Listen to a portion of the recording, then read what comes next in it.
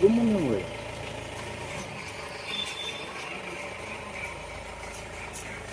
জন্য গ্রেপ্তার করেছে আপনাকে? কি জন্য গ্রেপ্তার করেছেন? আমি কিছুই জানি না। তাই কি ফাঁসানো হয়েছে আপনাকে? আমি কিছুই জানি না। আমাকে যদি ছেড়ে দিও তাহলে আমি তোমাকে মেরে দেবো, এইসব ভয় দেখাতো। কোথায় কাজ করতেন?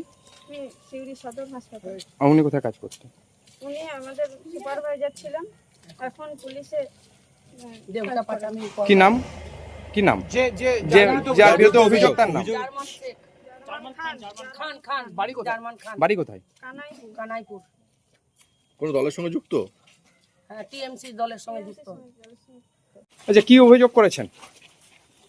আমরা অভিযোগ করেছি দীর্ঘ 6 বছর ধরে একজন হসপিটালে মানে কর্মরত ছেলে যেন টারমান খান, এনাকে প্রত্যেক দিন হসপিটালের ভিতরে একটা রুমে নিয়ে গিয়ে ধর্ষণ করতো।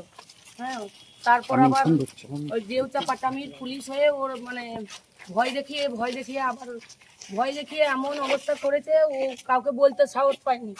শেষ পর্যন্ত একটা মেসেজ স্বামীকে বলেছে।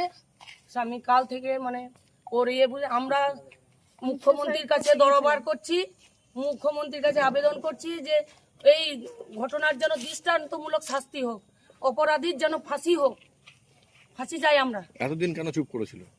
এতদিন ভয় দেখিয়েছিল। কি ভয় দেখাতো? সন্তানকে, স্বামীকে, সবকে মেরে দেবো। কি ভয় দেখাতো? ওর যেন দৃষ্টান্তমূলক শাস্তি হোক। আমরা মুখ্যমন্ত্রীর কাছে করজোরে আবেদন করছি, ওনার যেন ওই জার্মান খানের যেন মানে ফাঁসির অর্ডার হয়। এতদিন পর উনি ভয়ে চুপ করেছিলেন। আমি আত্মহত্যা করতে গেছিলাম রবিবার দিনকে 31 তারিখ আমি আত্মহত্যা করতে গেছিলাম। আমার তারপরে আমার স্বামী চলে আসে এবং আমাকে ওই আত্মহত্যার ইয়েতেই আমাকে দেখে নেয় এবং আমাকে জিজ্ঞাসা করে যে তুমি কেন আত্মহত্যা করছো। তখন আমি থাকতে না পারে আমি সবই খুলে বলি। এর আগে বলতে পারি নাই, তখন তৃণমূল পার্টি ছিল, প্লাস আমাকে ভয় দেখিয়েছিল বলে আমি কিছু বলতে পারি নাই। ঠিক আছে, ওকে, ডান। তৃণমূল কোনো নেতা ভয় দেখাতো না। আপনি কত বছর ধরে চাকরি করছেন হাসপাতালে? আমি 2017 শেষের দিকে জয়েন করেছিলাম। আর ওই লোকটি? উনি আমার আগে থেকেই ছিলেন। আপনার সঙ্গে ঘটনা কবে থেকে শুরু হয়েছে? 2019। ঠিক আছে। আজকে সিউড়ি থানার একজন মহিলা, তিনি সিউড়ি সদর হাসপাতালে কর্মরতা। তো তার সঙ্গে দীর্ঘদিন ধরে একজন ব্যক্তি, জার্মান শেখ নামে একজন ব্যক্তি, দীর্ঘদিন ধরে জার্মান খান নামে একজন ব্যক্তি দীর্ঘদিন ধরে তাকে থ্রেট দিয়ে, তাকে ভয় দেখিয়ে, হুমকি দিয়ে সহবাস করেছে।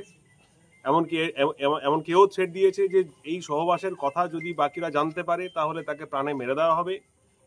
এই ভয়ে মেয়েটি দীর্ঘদিন ধরে তার এই অত্যাচারকে চেপে রেখেছিল।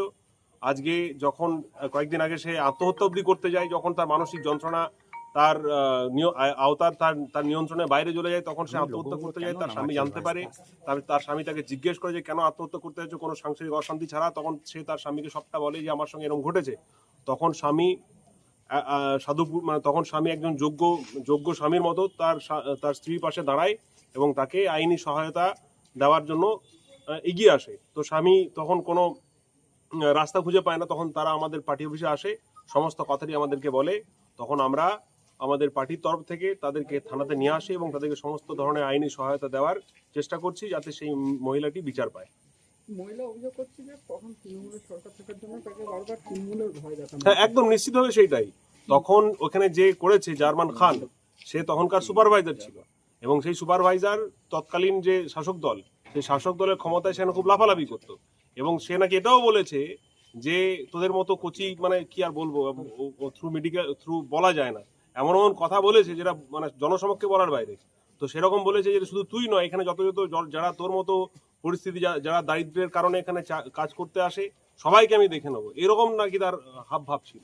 তো সেই কারণে চাকরি ছাড়িয়ে দেওয়ার ভয়, চাকরি থেকে তাদেরকে তুলে দেওয়ার ভয় এবং স্বামীকে হত্যা করার ভয়, এবং এটাও বলে যে স্বামীকে হত্যা করলে কেউ বাঁচাতে পারবে না, সরকার এখন আমাদের, এই বলে তারা থ্রেট দিয়ে তাকে দীর্ঘদিন ধরে তাকে ভোগ করেছে। আজকে কি হলো? আজকে আমরা সকলে মিলে কোনো রাজনৈতিক দলের কর্মী হিসাবে নয়, একজন সচেতন নাগরিক হিসাবে আমরা এখানে এসেছি থানাতে। ওই মহিলাটিকে এবং তার সম্পূর্ণ পরিবারকে আমরা এখানে নিয়ে এসেছি। সেই মহিলা এবং তার পরিবার ভয়ও পাচ্ছে যে আগামী দিনে যদি তার কোনো সন্ত্রাস নেমে আসে, যদি রাস্তাঘাটে চলতে কোনো অসুবিধা হয়, তাকে এটাও বলা হলো যে চিন্তার কোনো কারণ নেই, আমরা সবসময় আপনাদের পাশে আছি, যে কোনো সমস্যা হলে সবসময় আমাদেরকে বলবেন। শুধু আজকে শুধুমাত্র এই মহিলা নয়, আপনাদের ইলেকট্রনিক্স মিডিয়ার মাধ্যমে বলতে চাইছি যারা যারা যেখানে যেখানে যে মহিলা যে কোনো সেক্টরে যদি কোনো ধরনের এরকমের কোনো ধরনের কোনো বাজে জিনিসের শিকার হচ্ছেন, নির্দ্বিধায় আইন থানায় আসুন। থানাতে যদি আসতে না পারেন আমাদেরকে বলুন, আমরা সঠিক কাজ বা সঠিক ন্যায় পাইয়ে দেওয়ার বন্দোবস্ত আমরা করব।